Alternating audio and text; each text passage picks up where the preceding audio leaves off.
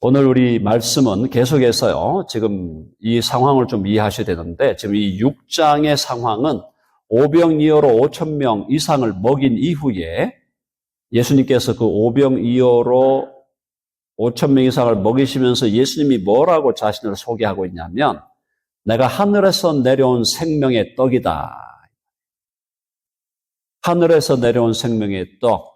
이스라엘 백성들이 광야에서 만나를 먹었듯이, 또 광야에서 반석을 쳐가지고 샘물, 생명의 물을 마셨듯이 예수님이야말로 하늘로부터 오신 우리의 생명의 떡이요, 참 떡이요, 참 먹을 양식이고, 또 예수님이야말로 우리가 영원토록 먹고 마셔야 할 영원한 생명수가 되신다. 그걸 계속 말씀을 하면서 상당히 비유적인 얘기잖아요. 예수님 보고 내가 생명의 떡이다. 스스로가 예수님이 야, 내가 생명의 떡이야. 내가 너희들이 먹어야 될 음료야. 너희들이 먹어야 할 밥이야. 빵이야. 이렇게 얘기하니까 말이 좀 이해가 되는 것 같기도 하다가 이해가 잘 안 되고 하니까 많은 사람들이 예수님이 하신 말씀이 어렵다고 생각한 겁니다. 거기 한번 보세요. 60절에 보니까 제자 중 여럿이 듣고 말하되 이 말씀은 어렵도다. 어렵다. 왜 이렇게 어렵냐? 누가 들을 수 있느냐? 누가 이 말씀을 이해할 수 있을까?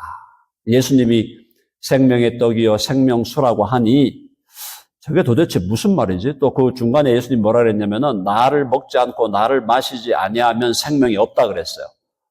그러니까 뭐야 이거 식인종으로 예수님의 몸을 내가 먹어야 되는 거야? 예수님을 피를 마셔야 되는 거야? 이렇게 생각하니까 너무너무 어려운 거죠. 자, 하나님의 말씀이 혹은 예수님이 하신 말씀이 어렵다는 건 뭘 얘기하느냐? 뭘 얘기할까요? 성령께서 역사하시지 않았다라는 겁니다.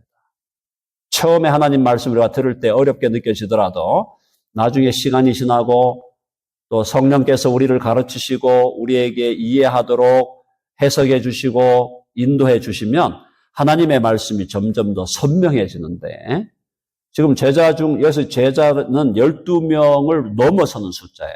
나중에 나오겠지만은 예수님의 12제자가 있었고 12제자 주위에 따라다니는 70명의 그죠? 70명의 또 다른 제자들이 있었고 나중에 예수님이 이제 승천하시고 뭡니까? 성령께서 오시는 오순절 날에는 마가의 다락방에 몇 명이 모여 있었어요? 마가 다락방에? 해봅시다. 120명. 그러니까 예수님에게도 예수님을 따라오는 이너 서클이 있었어요. 이너 서클. 이너 서클은 12명인데 12명 중에 또 3명이 있었어요. 예수님에게 선택받은 12제자가 있고 12제자 그 중에 3명이 예수님 특별히 데리고 다녔죠. 베드로, 야고보, 요한. 12를 넘어서서 70명, 또 120명 이렇게 제자들이 많았는데 제자 중 여럿이 듣고 이해가 안 되는 거예요. 이해가 안 돼요. 자, 그러니까 61절 읽어보시죠. 61절 다 같이 시작. 예수께서 스스로 제자들이 이 말씀에 대하여 수군거리는 줄 아시고 이르시되 이 말이 너희에게 걸림이 되느냐. 나를 먹으라 나를 마시라 그러니까 그 말씀이 좀 이해가 안 되면서 설왕설래를 하면서 이렇게 저렇게 수군거리는데 주님께서 야 내가 한 말이 너희에게 걸림이 되느냐. 야 그 정도 말씀도 잘 이해가 안 되면 어떡하겠냐. 그렇게 하면서 62절에 보니까 그러면 너희는 인자가 이전에 있던 곳으로 올라가는 것을 본다면 어떻게 하겠느냐? 지금 이 땅에 오셔가지고 너희들 내 살을 먹어야 돼, 내 피를 마셔야 돼. 그렇게 말씀하는 게 너무 어렵다고 그러면 예수님이 죽으시고 부활하시고 40일을 이 땅에 사시고 또 승천하는 일이 벌어질 때는 너희들이 도대체 어떻게 이해를 할 거냐.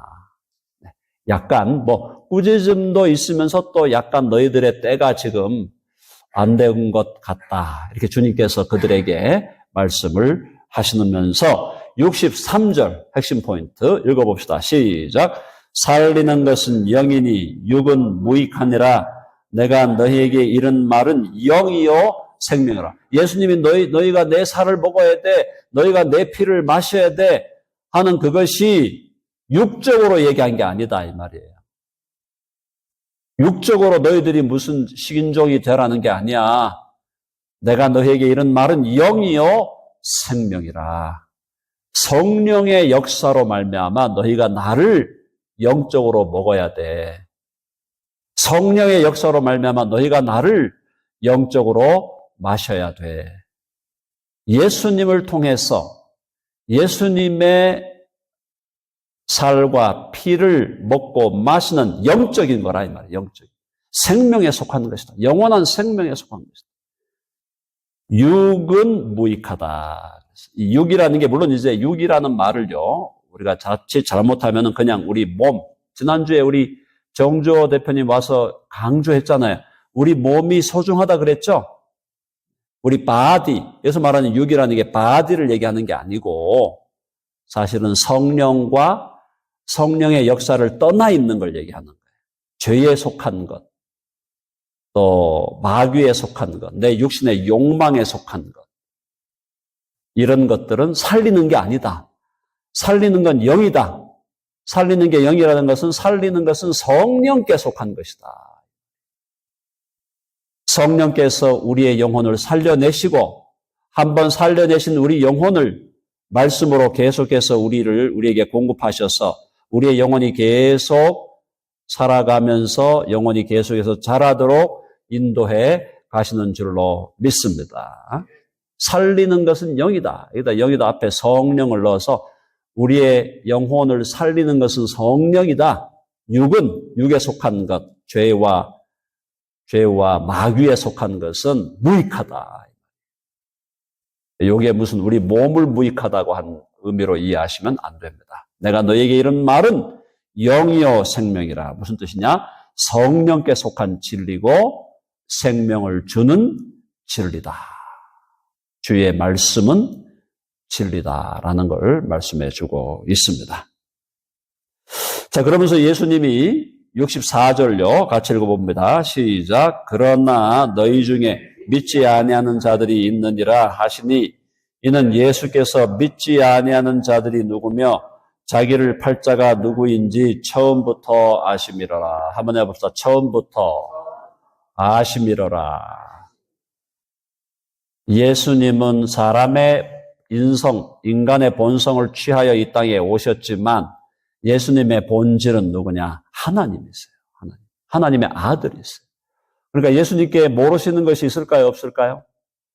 예수님이 모르시는 게 있을까요? 없을까요? 가룟 유다가 예수님 팔 거를 알았을까요? 몰랐을까요? 베드로가 예수님을 3번 부인할 걸 알았을까요? 몰랐을까요? 다 아시는 거예요. 그러니까 그 제자들이 여러 명 모여 있는데 그 중에 믿지 아니하는 자들이 누구며 자기를 팔 자가 가룟 유다가 예수님을 팔 자인데 그 자가 누구인지 처음부터 아심이라. 요한복음은 예수님의 신성, 예수님이 하나님이시고 하나님의 아들이라는 것을 강조하는 복음서인데 요한이 여기서 한번 풋노트를 붙이는 거예요.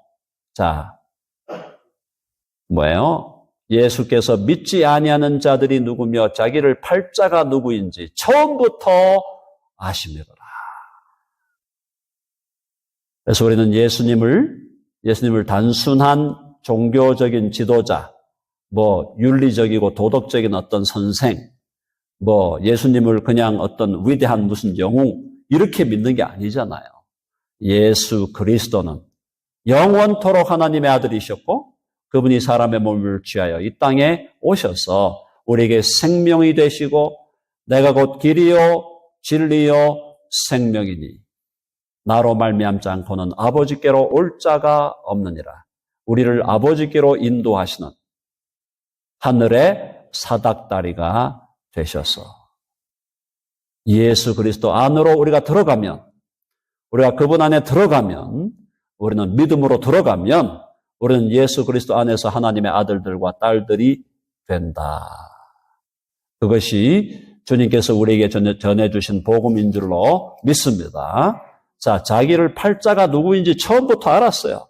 가룟 유다가 팔 거 다 알고 베드로가 다 부인할 거 다 알고 제자들이 예수님 버리고 다 도망칠 거 다 알고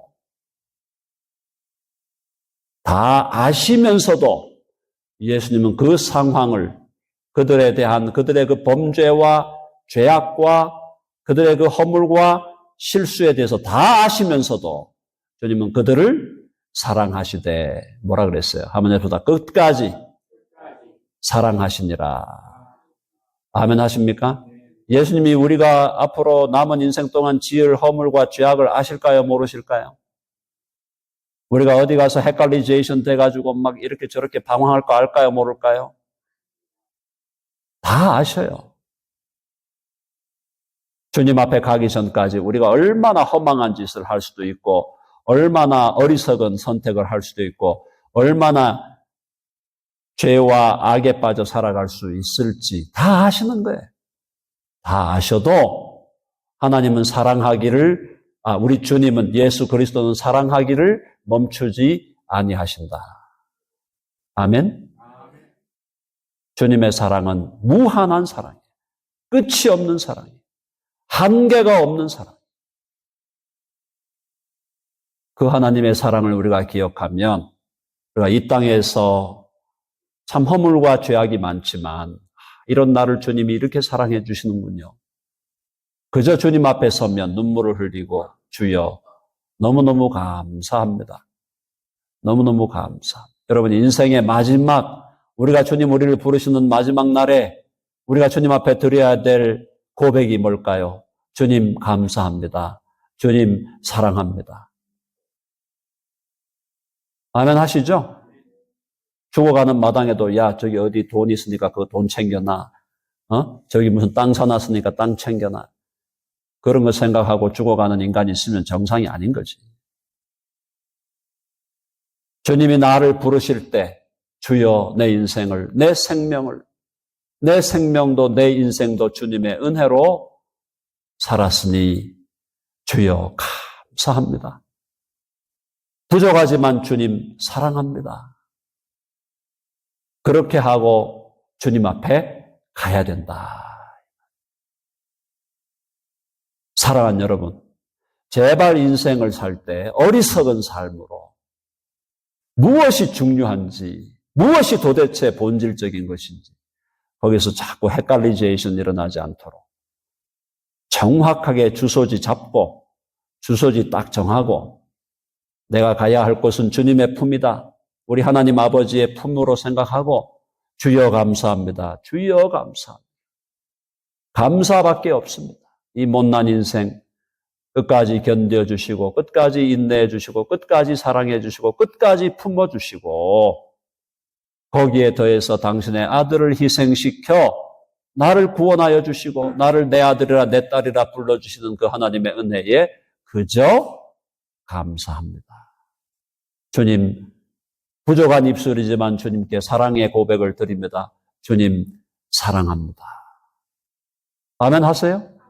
그렇게 하고 죽어가야 그 인생이 제대로 된 인생이다 이 말이에요. 죽기 전에 뭐가 어떻고 어디 사람들이 그렇게 착각을 합니다. 내가 죽기 전에 나는 멋있는 병원에 최고급 VIP 룸에 병원에 내가 누워 있고 우리 자식들 다 와 있고 거기서 내가 이래라 저래라 유언하면서 죽을 것이다. No way.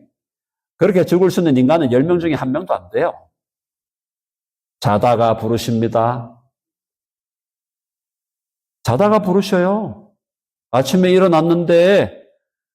일어나서 세수했는데 세수하고 아침을 시작했는데 가만히 인기척이 없어 가보니까 돌아가 계신 거예요.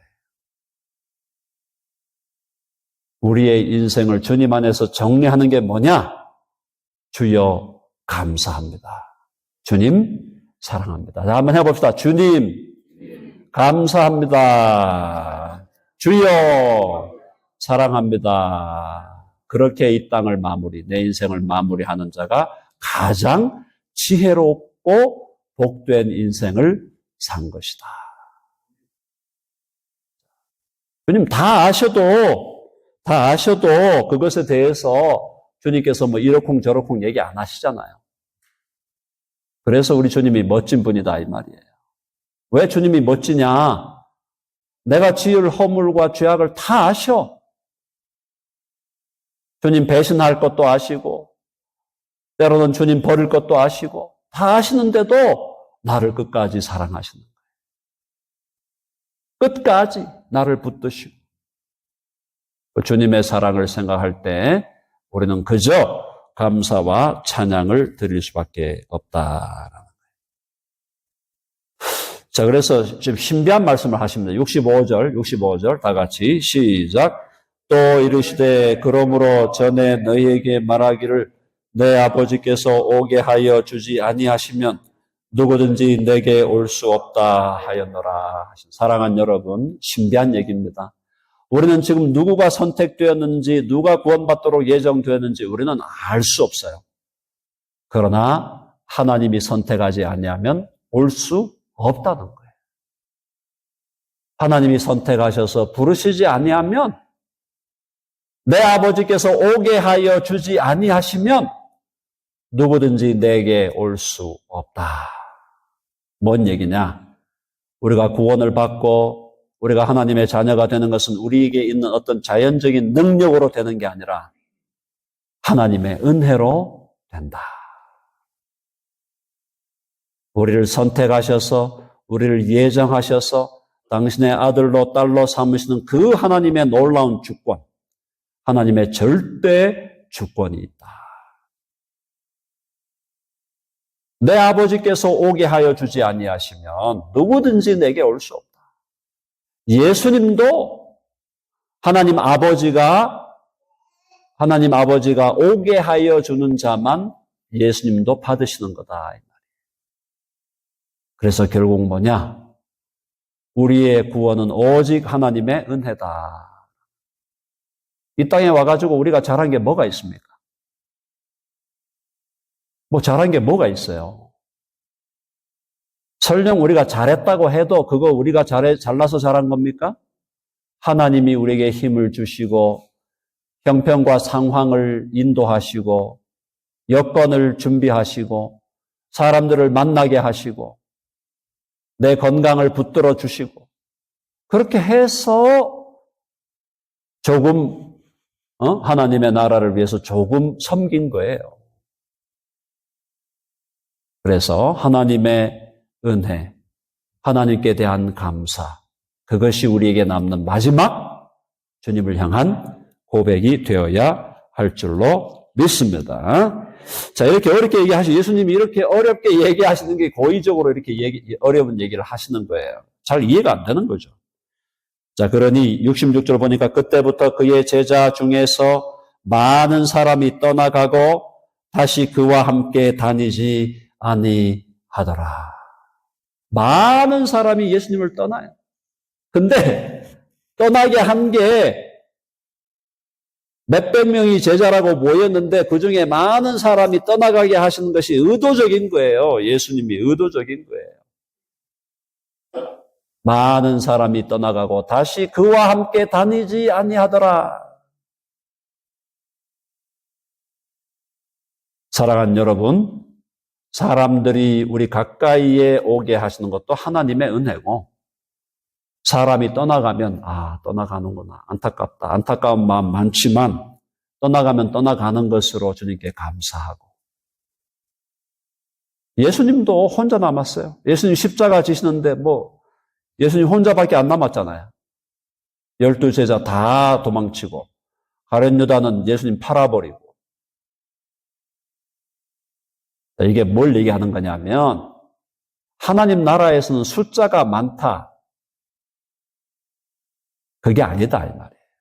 하나님의 나라는 해봅시다. 하나님의 나라는 좁은 길이다. 아멘 하십니까? 좁은 길이고 협착한 길이에요. 사람들이 찾지 않는 길이에요. 야, 정말 예수 믿는 건 너무너무 좋은데 왜 이렇게 안 믿나? 왜 이렇게 주님께 안 오나? 우리가 그런 생각할 수 있지만 하나님께서 창세 전부터 계획하실 때 그리스도의 길, 예수 그리스도를 따라가고 그분을 믿음의 길은 좁은 길이고 협착한 길이고 어려운 길이고 많은 사람이 찾지 않는 길이다. 오늘 우리 교회에 30여 명이 모여서 예배하는 이 예배당에 이 덴버 땅에 3만 명이 있다고 하는데 코리안들이 그리고 미국인들 합치면 300만 명이 있다고 하는데 코리안들 3만 명 중에서 우리 교회에 오신 분은 30명? 그걸 몇 분의 몇이에요? 0.1%? 0.1%가 여기에 모여 있는 거예요. 그의 제자 중에서 많은 사람이 떠나가고 다시 그와 함께 다니지 아니하더라. 버림을 경험하는, 버림받음을 경험하는, 내가 버림받음을 경험한다 할지라도 세상 사람들에게 내가 버림받음을 경험한다 할지라도 버림받음이 두렵거나 겁나거나 슬픈 것이 아닌 이유는 우리 주님이 먼저 버림받으셨다. 우리 주님 먼저 버림받아 좁은 길을, 십자가의 길을 가시고 우리도 좁은 길을 주와 함께 주를 따라 십자가의 길, 좁은 길, 협착한 길을 따라 가는데 그 길이 생명의 길이요. 그 길이 영생의 길이요. 그 길이 진리의 길인 줄로 믿습니다. 물론 개인적으로 저도 우리 교회에 이제 30명을 넘어서 50명, 100명 나오는 거 원하는 마음이 있지만 그것이 저를 지배하는 것은 아니다 이 말이에요. 하나님이 원하시는 때에 원하는 사람을 보내어 주신다. 하나님께 달려있는 거예요. 그래서 우리가 해야 될 일은 기도하고 사랑하고 말씀 가운데 거하고 계속 주님을 바라보고 그러다 보면 하나님의 역사는 부족하지만 우리들을 통하여 하나님의 놀라운 역사, 하나님 나라의 놀라운 역사가 이루어질 줄로 믿습니다. 자, 67절에 보니까 읽어보세요. 67절 다 같이 시작. 예수께서 12 제자에게 이르시되 너희도 가려느냐. 다 떠났어. 뭔가 있을까? 밥이라도 먹게 해주시겠지. 밥이라도 먹게 해주고 빵이라도 먹고 해주겠지 싶어서 먹을 게 있겠지 해서 다 왔는데 보니까 이해하기 어려운 말씀만 하는 거예요. 자꾸 날 먹으라 그러고, 야, 내 살을 먹어야 돼. 내 피를 마셔야 돼. 사람들이 볼 때 예수님 얘기하니까 이해가 안 되는 거예요. 이해가. 다 떠났어요. 그러니까 예수께서 12 제자에게 이르시되 너희도 가려느냐. 가면 안 되지. 12명은 남아야죠. 한 사람은 나중에 배신하겠지만. 자, 시몬 베드로의 고백이 탁월한 고백입니다. 베드로가 좀 덤벙대는 건 있어도 제대로 하는 건 또 있어요. 자, 68절 다 같이 시작.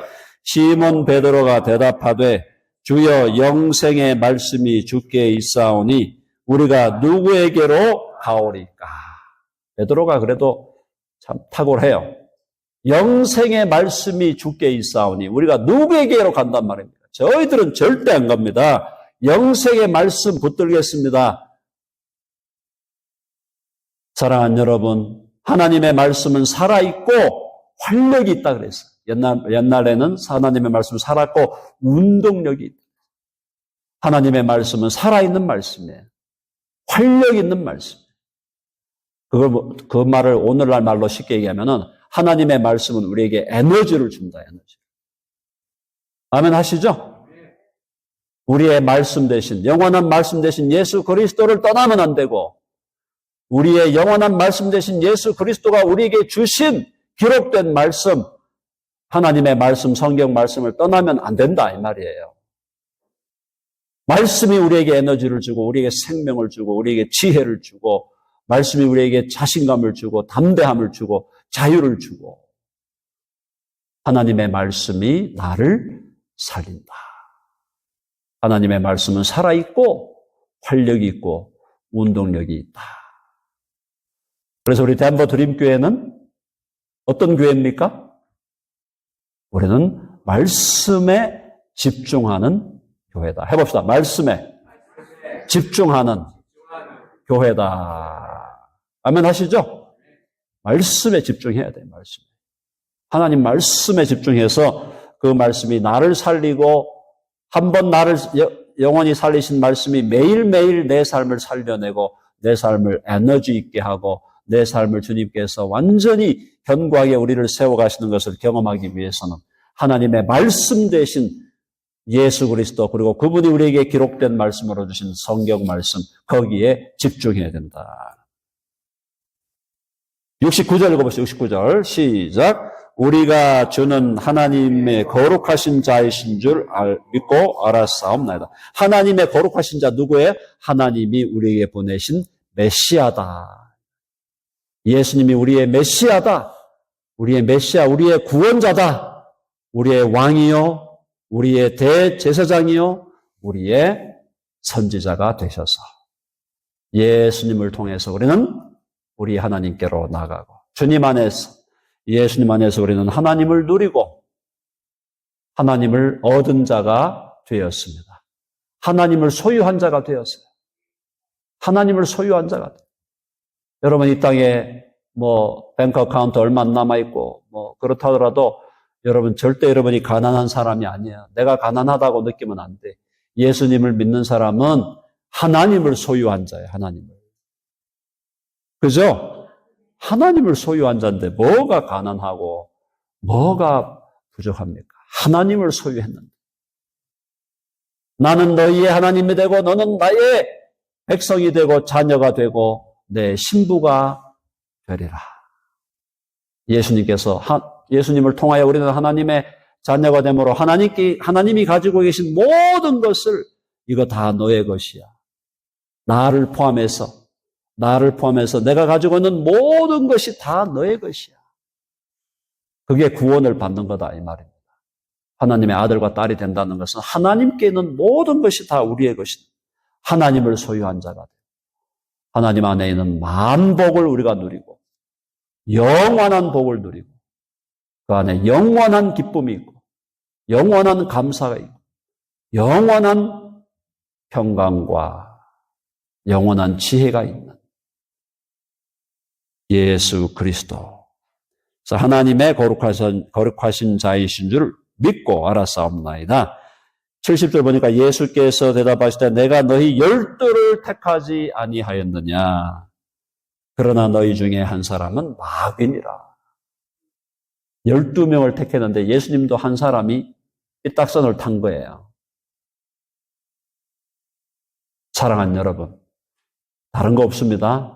오직 예수 그리스도를 붙들어야 돼요.